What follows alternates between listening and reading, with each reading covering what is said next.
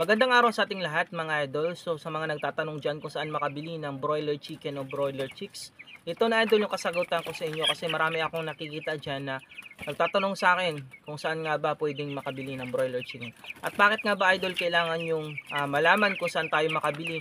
Dahil idol, syempre marami nagbibinta ngayon ng mga broiler chicken na class B at class C. At ang sasabi lang sila sa atin na class A daw. Pero sa totoo lang, class B. Mag-ingatin tayo idol sa pagbili ng mga class B na sisiw at class C kasi mura lang yan ng mga sisiw. Pag bumili tayo niyan, maraming mamamatay sa atin at pwede tayong idol malugi sa pag-alaga ng mga broiler chicken natin. At saan nga ba pwedeng makabili ng mga broiler chicken idol? At punta lang kayo idol sa inyong bayan o sa city. Meron dyan idol sa nagtitinda ng mga feeds dyan banda sa palengke nyo o dyan sa palengke nyo.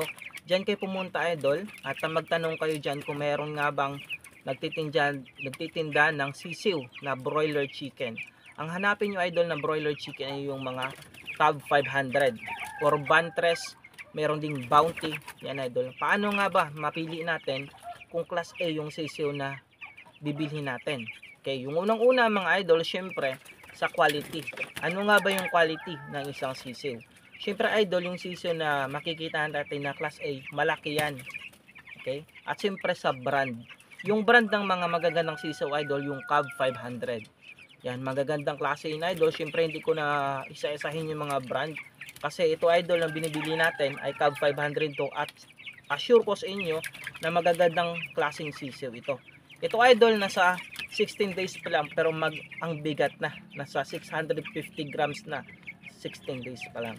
Ito idol, patunay ko na magandang klase yung nabili nating sisiw. Okay? Punta kayo doon idol sa palengke nyo at punta din kayo doon idol sa inyong nagbibinta ng feed yan at magtanong kayo idol. Mag-ingat din tayo idol sa pagbili nating mga sisiw. Dapat kailangan na class A yung bilhin natin para syempre mabilis lumaki. Syempre pag mabilis lumaki idol, mabilis lang natin pag-dispose sa kanila. Ano naman ito idol, ilang days lang ba? Yung broiler chicken idol na class A, 25 days, 1.5 na yan, 1.6 na. Pwede nyo na yan katayin o ibenta 25 days pa lang kasi nasa 1.6, 1.5 na. Pero idol, pwede tayong kumatay 28 days kasi nasa ano na yan sila, yung ibang sisiw natin nasa 2 kg na merong 1.8. Pero ako idol, nagkakatay ako dito 30 days, saktong 30 days. Ibig sabihin 29 days yung last ko napakain at 30 days sakto natin na kinakatay sa kanila. So yun mga idol, no, sana ay meron akong na-share sa inyo na bagong kalaman kung saan nga ba bumili ng broiler chicken at paano pumili ng mga class A na chicken mga idol. Yung class A na chicken mga idol, siyempre 40 grams yung timbang niyan pataas. Yan yung pipiliin nyo ha. 40 grams yung timbang nila pataas. Yan ang number 1 idol para malaman natin kung class A talaga yung sisiw natin nabili. So yun lang, happy farming sa ating lahat sa mga gustong hingi dyan ng tips mga idol.